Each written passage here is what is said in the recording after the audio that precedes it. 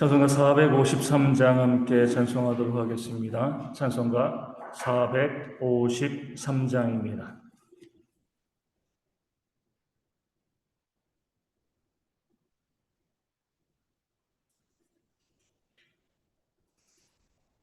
찬송가 453장입니다.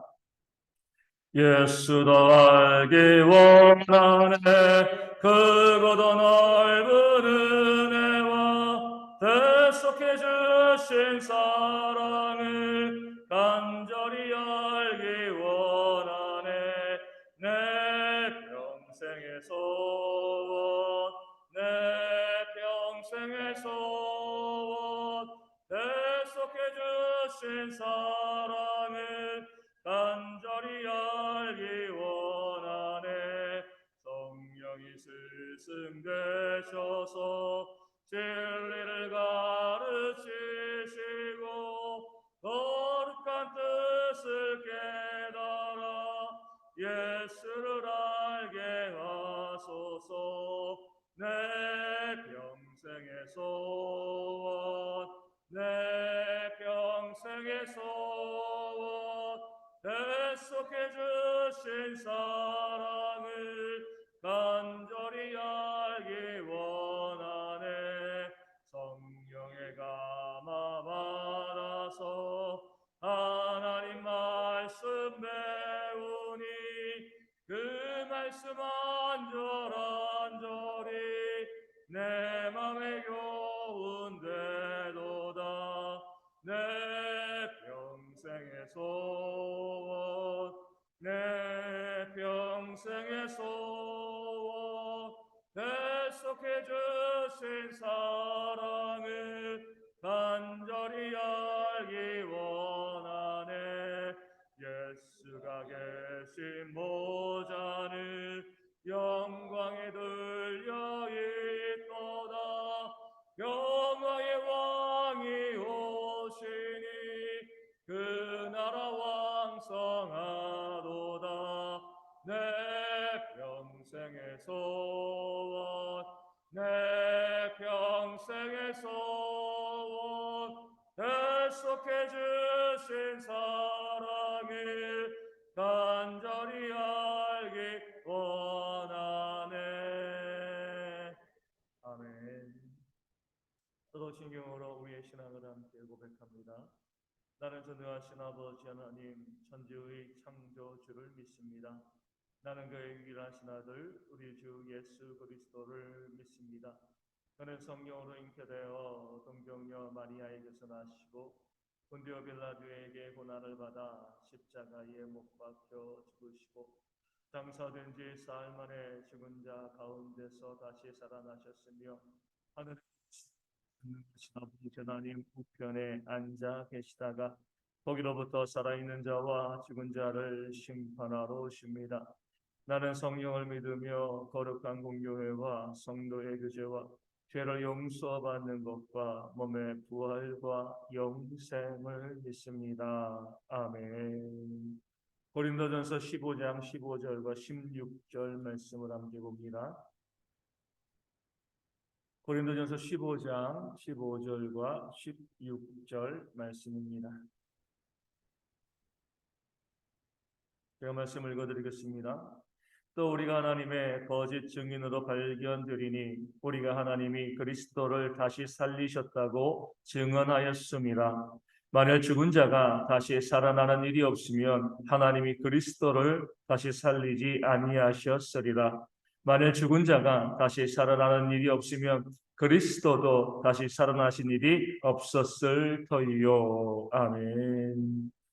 예수님께서 부활하지 않으셨다라고 하면 바울은 자신이 하나님의 거짓 증인으로 드러날 것이다, 발견될 것이다 이렇게 이야기하고 있습니다. 왜냐하면 하나님께서 그리스도를 다시 살리셨다, 부활하셨다 이것이 바울이 전한 핵심적인 메시지였는데 예수님이 부활하지 않았다라고 하면 자신이 말한 모든 것들이 거짓이 되어 버리는 것입니다. 이 사도 바울의 복음의 핵심은 십자가와 부활이죠. 이 부활을 증거한 이유는 뭐예요? 예수님이 부활하셨다. 이 부활을 증거한 이유는 그렇기 때문에 우리도 죽음으로 모든 것이 끝나지 아니하고 반드시 부활하여서 영생을 누리게 되어질 것이다. 이 사실을 증거하기 위해서 또 십자가의 부활을 증거했습니다. 이렇게 부활을 예수님께서 부활하신 것을 증거하고 우리의 부활을 증거했는데 만약에 주님께서 이 땅 가운데 오셔서 부활하지 않으셨으면 우리 죽는 자들이 우리 성도들이 다시 부활하지 않는다라고 하면 예수님께서 이 땅 가운데 오실 이유 또 부활하실 그 이유가 무엇이겠습니까? 우리가 부활하지 않는다라고 하면 믿는 자들이 부활하여 영생을 누리지 않는다라고 하면 예수님이 오실 이유, 십자가에 달리실 이유, 또 부활하실 이유가 하나도 없는 겁니다. 결국 예수님께서 이 땅 가운데 오셔서 십자가에 달려 죽으시고요. 3일 만에 부활하신 그 모든 역사는 결국 우리를 위한 하나님의 은혜와 선물이 되어지는 겁니다. 예수님께서 부활하셨기 때문에 믿는 자들도 부활한 겁니다. 오늘 말씀에 나와 있는 것처럼 만일 죽은 자가 다시 살아나는 일, 부활이 없다라고 하면 주님의 부활도 없었을 것이다. 예수님의 부활과 우리의 부활이 직결되어진다. 우리의 부활을 위해서 예수님께서도 우리의 보증으로서 십자가에서 죽으시고 3일 만에 부활하셨다. 이렇게 말씀하고 있는 겁니다. 그런 면에서 전하는 모든 복음 중에서 가장 중요한 것이 바로 부활이죠. 이 부활만큼 중요한 것이 없습니다. 사도 바울이 오늘 말씀에 15절에 우리가 하나님의 거짓 증인으로 발견될 것이다. 이렇게 이야기하는 것은요. 우리가 그런 사람이다라고 이야기하는 것이 아니라 강하게 부정하는 겁니다. 우리가 증거하는 부활이 참이기 때문에 우리가 결코 거짓 증인이 되어질 수가 없다는 거죠. 사도 바울은요, 거짓된 것을 증거한 일이 없습니다. 왜냐하면 자기 생각을 주장하거나 자기 생각을 전하지 않았기 때문에 그래요. 내 생각을 이야기하고 내 생각을 전하면은요, 어쩔 수 없이 거짓된 것이 들어갈 수밖에 없습니다. 그런데 하나님께 받은 말씀, 하나님이 주신 그 말씀을 그대로 증거했기 때문에 하나님이 거짓되지 아니하시니까 그 사도 바울이 증거하는 모든 것들은 다 진실되고 참된 것이 되어질 수밖에 없는 거죠.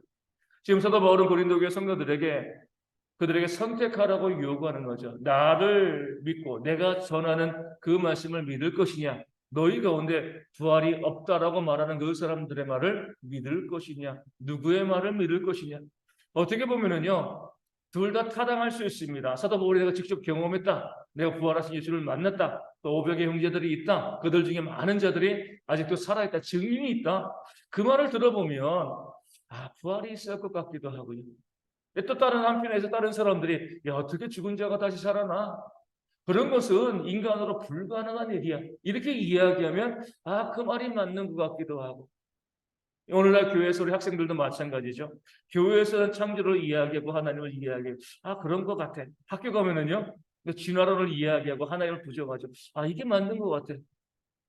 늘 무엇을 믿을까? 이 선택의 과정 가운데 있는 거죠. 그럴 때 사도 바울이 고린도 교회 성도들에게 증거하고 또 그들에게 선택의 기준을 이야기하는 것은요. 말씀 내용 이전에 그 말씀을 증거하는 자가 신뢰할 만한 자인가 그렇지 아니한가 이것을 바라보라는 겁니다. 사도 바울의 부활의 주장과 또 교회 가운데서 부활이 없다라고 주장하는 그 사람들의 주장 나름대로 합리적인 근거가 있고요. 또 그럴 수 있을 것 같다는 생각이 들게 되어집니다. 그럴 때에 우리가 말의 내용보다 말이 얼마나 탁월한가 이거보다 말하는 사람이 누구인가 그 사람이 믿을 만한 사람인가 아닌가 이것을 우리가 알아보고 파악할 수 있는 지혜가 있어야 됩니다. 우리 보이스피싱이 있잖아요. 그렇죠? 수천만 원 수억 원씩 돈을 갖다가 하루에도 1년 합하면 수백억 수천억 되어지는 그런 돈들이 이 보이스피싱에 의해서 악한 자들이 가져가게 되어집니다.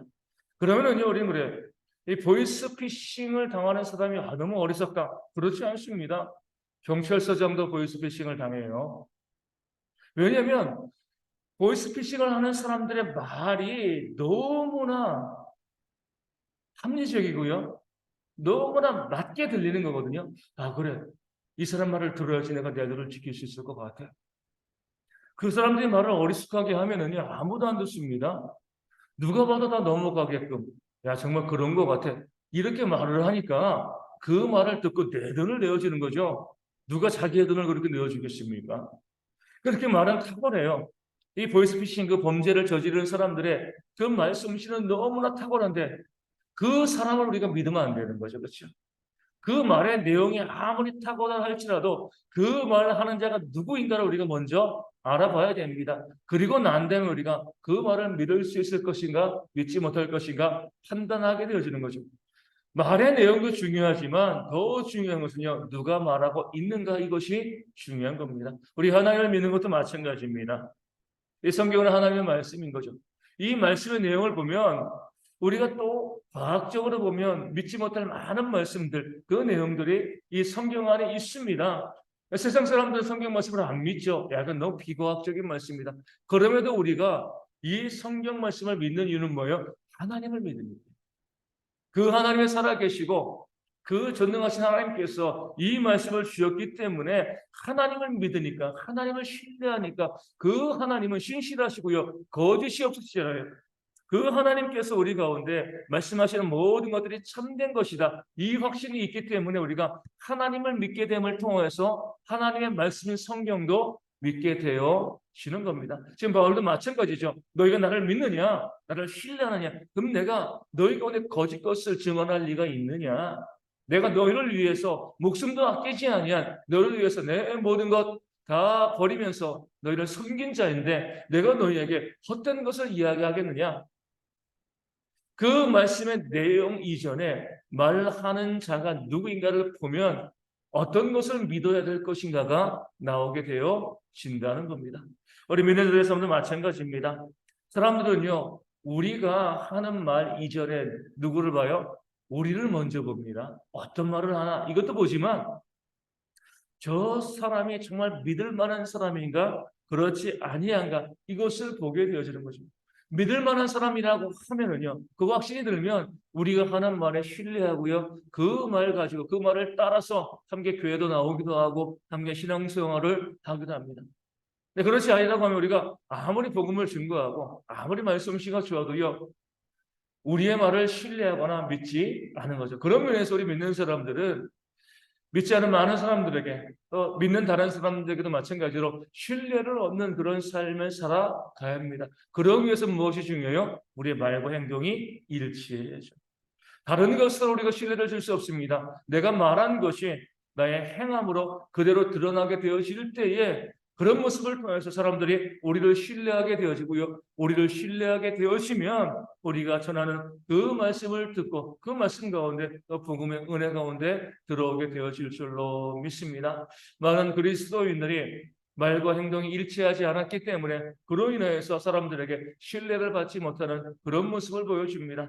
그렇기 때문에 말씀의 가치도 떨어지는 거죠. 우리 모든 그리스도인들이 오늘 말씀에 나와 있는 것처럼 거짓 증인으로 되어지지 않기 위해서는요, 늘 우리가 참된 삶을 살아갈 수 있는 말과 행동이 일치되어지는 그런 삶을 살아가는 신실한 모습이 우리 가운데 있어야 할 줄로 믿습니다. 그럴 때에 그런 우리를 통하여서 하나님께서 놀라운 복음의 역사, 회복의 역사를 이 땅 가운데 이루실 줄로 믿습니다. 이 아침에 기도하실 때 우리 대개 모든 성도들이 신실할 수 있도록 믿을 만한 사람 되어줄 수 있도록 말과 행동이 일치하는 그런 일꾼들 될 수 있도록 위하여 기도하여 주시고요. 우리에게 모든 성도들이 이 땅 가운데 살아가면서 믿지 않은 많은 사람들에게 신뢰를 쌓는 그런 모습 가운데 그들에게 복음을 증거하고 그들이 나와서 하나님의 백성이 되어지는 그런 역사가 또한 있도록 함께 기도해 주시면 감사하겠습니다.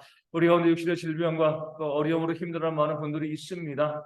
위하여 기도하여 주시되 우리 조수록 전사님과 서문지 안수 집사님, 주님에게 방문선 사모님이 온전히 회복되어 줄 수 있도록 위하여 기도하여 주시고요.